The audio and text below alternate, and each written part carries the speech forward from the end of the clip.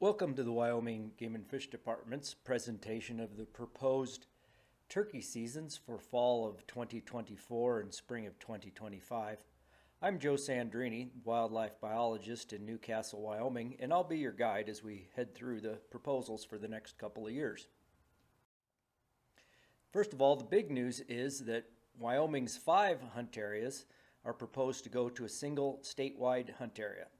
So instead of having hunt areas 1, 2, 3, 4, and 5, beginning with the fall of 2024, we'll have a single hunt area which will encapsulate the entire state, and it'll all be referred to as Hunt Area 1. So sort of the primary reason we're going to a single statewide hunt area for wild turkeys is that we feel like the turkey numbers in occupied habitat have really stabilized over the last few years, and we don't need to micromanage on a small hunt area basis. It'll also make the regulations a lot simpler for hunters to understand, especially non-resident hunters, and we're getting more and more of those every year as Wyoming, especially the Black Hills, has become a sort of destination hunting spot for wild turkey hunters.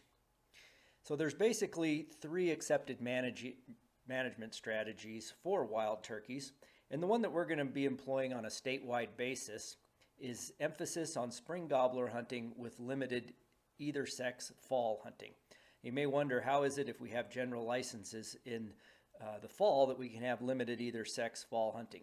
Well, the answer to that is that over the last decade and a half or so, fall hunter participation has dropped down to the point that we're not really harvesting that many turkeys in the fall. And it's generally accepted that if you harvest less than 10% of your hens, you're probably not going to impact your population. And we're definitely doing that with the limited number of hens that we're taking in the fall.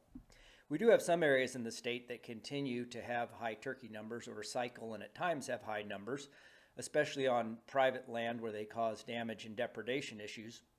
And so those areas will manage a little bit different, and that'll be done on a county basis. So in certain counties, we'll be managing for maximum fall and spring harvest to reduce populations at times, and we'll be using Type 3 licenses to do that, as you'll see as we get to the proposed regulations. The counties where initially we'll be using those Type 3 licenses are Sheridan County, Johnson, Campbell, Natrona, and Converse.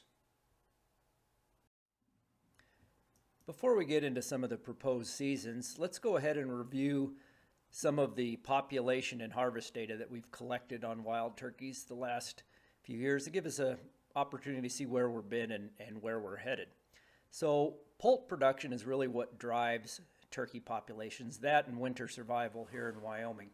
The only place in the state where we collect poult production data every year, which during the month of August, is in the Black Hills.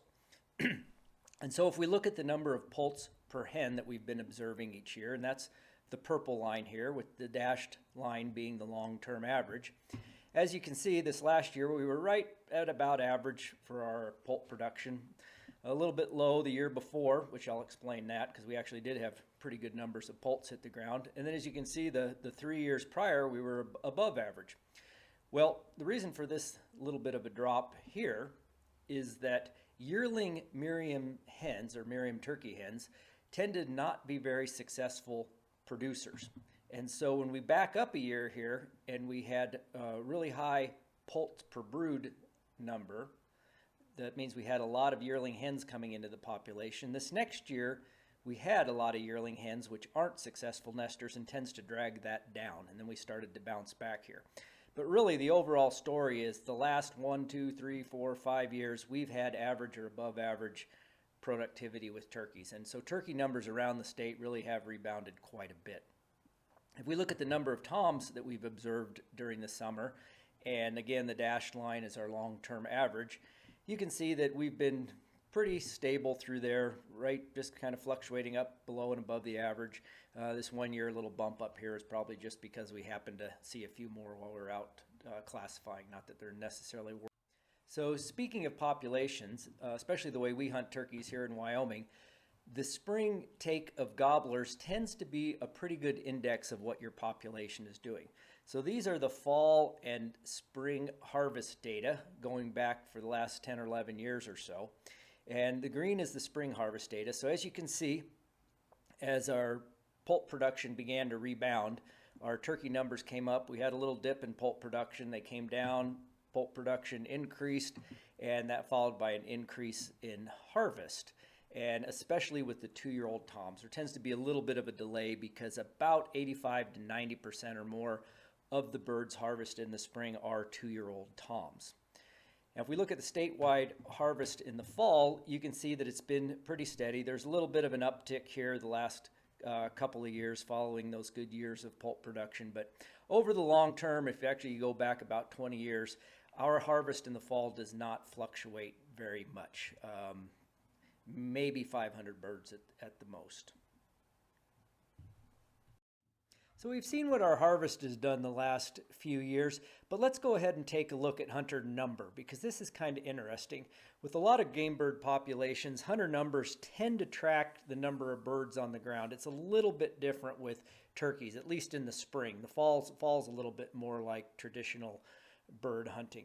But if we look at our hunter participation, both our resident and non-resident, in the spring and the fall, we'll begin with our resident spring, and that's these green bars here. And there's one interesting thing here. 2020, you see this big jump, and that's what we refer to as the COVID effect. That's when COVID lockdowns were in place, and a number of people were just getting out into the field to get away from things. And so we saw a rather large bump in our spring participation of residents. We saw the opposite happen with non-residents, which is the pink bar down here, because we locked them out of the state for a while and they weren't able to come in turkey hunting. But if we fit a line through the data for the last 10 years or so, with our spring hunters, our residents, excluding the 2020 data, that number's been relatively consistent. It's fluctuated a little bit over the years with their numbers of turkeys and things, but it really hasn't changed. What has changed quite a bit is our non-resident spring participation.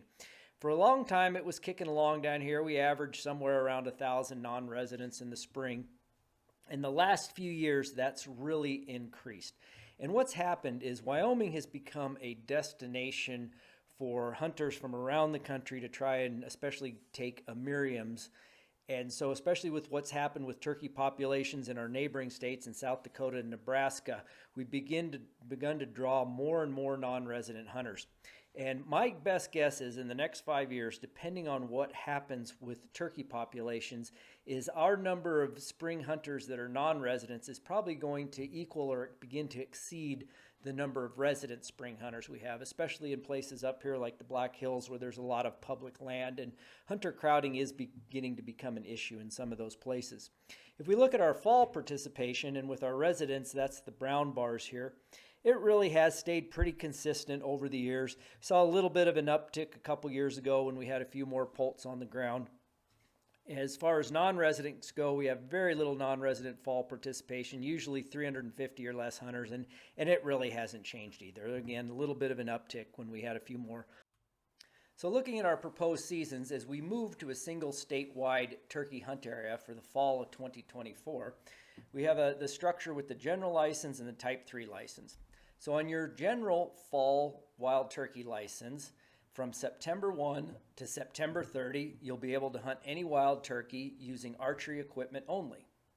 Then, beginning October 1, the regular season, the firearms season opens, and it'll run till the end of December, and your license is valid for any wild turkey. Now, we're also proposing to issue 750 of these Type 3 licenses. Type 3 licenses have basically the same season date limitations, but are only valid in certain counties. So with that Type 3 license from September 1 to September 30, in Converse, Natrona, Campbell, Johnson, and Sheridan counties, you can take any wild turkey with archery equipment only. Then on that same license type, come October 1 to the end of December, in those same counties, Converse, Natrona, Campbell, Johnson, and Sheridan, you can take any wild turkey with that Type 3 license.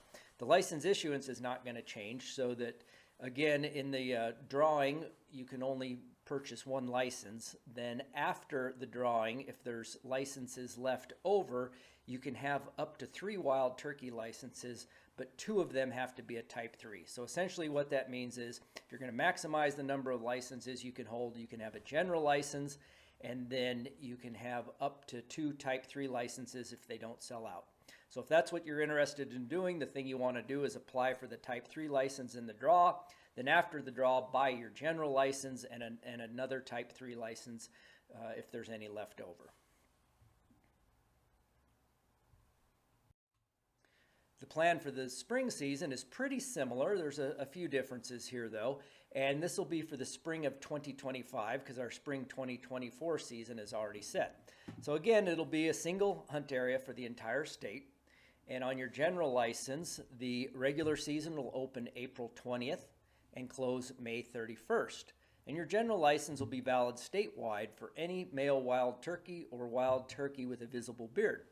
One notable change is that a hunter management area permission slip will be required to hunt on the Yellowtail Wildlife Habitat Management Area. So because we're going to the single statewide hunt area, we no longer have the Area 4 Type 1 license, which allowed folks to hunt on the yellowtail.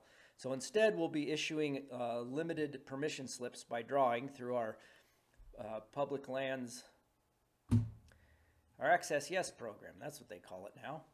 I can't keep up with things. That's been years since they changed that. Anyway, through the Access Yes program, if you want to hunt the yellowtail in the spring, you'll need to draw one of the permission slips. Again, we're planning on having a Type 3 license available in the spring. And in certain counties, that'll open April 1st, and we'll have 700 of those. And I'll explain this. There's a little bit of a deal in the dates here, and that's because we add a county in. But anyway, starting April 1st, if you have a Type 3 license in Natrona, Campbell, Johnson, and Sheridan counties, you can start your spring turkey hunting. Then, beginning April 20th, we add in Converse County, so that from April 20th through the end of May then, with your Type 3 license, you can hunt Converse, Natrona, Campbell, Johnson, and Sheridan counties. The reason for this earlier opening date on the Type 3 license is, if you remember, those Type 3 licenses are designed to control populations. And with wild turkeys, we're beginning to find that the earlier you hunt them, the more you can affect the mating. And that's because there's a dominance hierarchy within turkeys, both with the toms and the hens. And so what happens is you may see turkeys, beginning as early as late January or early February. If the weather's nice, you'll see them out strutting and gobbling and doing their thing. They're not doing any breeding then. What they're doing is establishing their social hierarchy, because it turns out that only a few toms in a local area do most of the breeding. And they're actually able to suppress the other toms from being able to mate successfully.